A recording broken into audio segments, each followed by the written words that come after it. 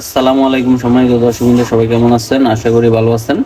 তো আজকে একটা খুব কমন ইস্যু নিয়ে আলোচনা করব, যেটা একবারে জেনারেল হয়ে গেছে, সর্বাত্মক। যে কোনো মোবাইলে এই সমস্যাটা যে কোনো সময় দেখা দিতে পারে। এটা আপনার মোবাইলের সমস্যা না, আপনার নিজেরও সমস্যা না। হ্যাঁ, বলতে গেলে এটা এক প্রকার আপনাকে বাধ্য করে এই সমস্যাটার মধ্যে ফেলতেছে। এটা কিভাবে ফেলতেছে? আপনি যখন কোনো থার্ড পার্টি অ্যাপস ইনস্টল করতে গেলেন, তখনই এই ঝামেলাটার মধ্যে পড়তেছেন। হ্যাঁ, কোনো মোবাইলে থার্ড পার্টি কোনো অ্যাপস ইনস্টল করলে এই যে এভাবে আপনি যে কোনো অ্যাপস ওপেন করতে গেলে অ্যাড চলে আসতেছে। এটা হতে পারে, ঠিক আছে? তো এটা হওয়ার মূল কারণ হলো আপনার আপনার মোবাইলের যে লঞ্চার থাকে। লঞ্চার বলতে অ্যান্ড্রয়েড সিস্টেমের যে অ্যাপসগুলো আছে, অ্যাপস ড্রয়ারে আপনি দেখতে পারতেছেন, ওপেন করতে পারতেছেন, এগুলা রান করার জন্য একটা লঞ্চার প্রয়োজন হয়। একটা সিস্টেম প্রয়োজন হয়, যেটার মাধ্যমে আপনি অ্যাপসগুলো দেখতে পারতেছেন, ইউজ করতে পারতেছেন। তো এই লঞ্চারটা যখন নাকি ডিফল্ট অপশন থেকে সরে যায় বা অন্য কোনো একটা লঞ্চার আপনার এটার ভিতরে পুশ ইন করা হয়, তখনই এই সমস্যাটা মূলত হয়। এটার সলিউশনটা একবারে ইজি।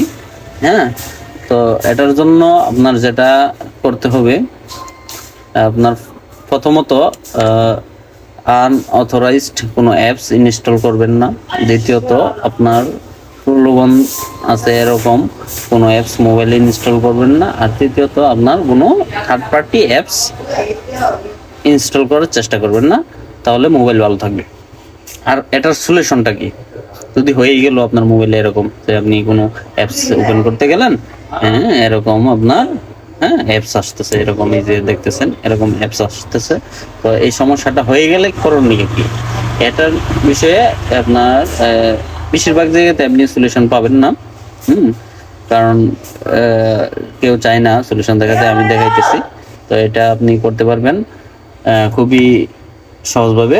তো এটার জন্য প্রথমত আপনার যেটা করতে হবে, এনিহাও আপনি সেটিং এ যেতে হবে। এই যে দেখতেছেন, এখান থেকে কিন্তু আপনি সিটিং এ মানে চাপ দিলেও আপনার সিটিং এ লগ ইন হবে না, মানে সিটিং এ এই যে চাপ দিলাম, সিটিং এ ঢুকতেছে না। তো প্রথমত আপনার হোম স্ক্রিনে আসবেন, আইসা সুইপ ডাউন করবেন প্যানেলটা, উপরে যে কন্ট্রোল বার আছে এটা নিচে সুইপ ডাউন করে এই যে এখানে দেখবেন যে সিটিং অপশন আছে, এই যে দেখতেছেন। তো এটাতে ক্লিক করবেন। এই যে ক্লিক করলাম, ক্লিক করার পরে আপনার অ্যাপস অপশনটা খুঁজে বের করবেন। হ্যাঁ, বা অ্যাপস ম্যানেজমেন্ট, যে কোনো মোবাইলের অ্যাপস ম্যানেজমেন্ট সিস্টেমে যাবেন। যাওয়ার পরে ওইখানে দেখবেন ডিফল্ট অ্যাপস নামে একটা অপশন আছে, এটাতে যাবেন। এই যে এটা ডিফল্ট অপশনে গেলাম, পরে হোম অ্যাপস বা লঞ্চার নামে একটা অপশন থাকতে পারে। হ্যাঁ, তো এটাতে যাবেন। যাওয়ার পরে আপনার মোবাইলের যেই এই আপনার মেইন লঞ্চারটা আছে ওইটারে সিলেক্ট করে দিবেন, বাস আপনার কাজ হয়ে গেল। হ্যাঁ, কিছু কিছু মোবাইলে ওকে অপশন বা কনফার্ম অপশন চাইতে পারে, ওইটা দিয়ে দিবেন, তাহলে ওকে হয়ে গেল।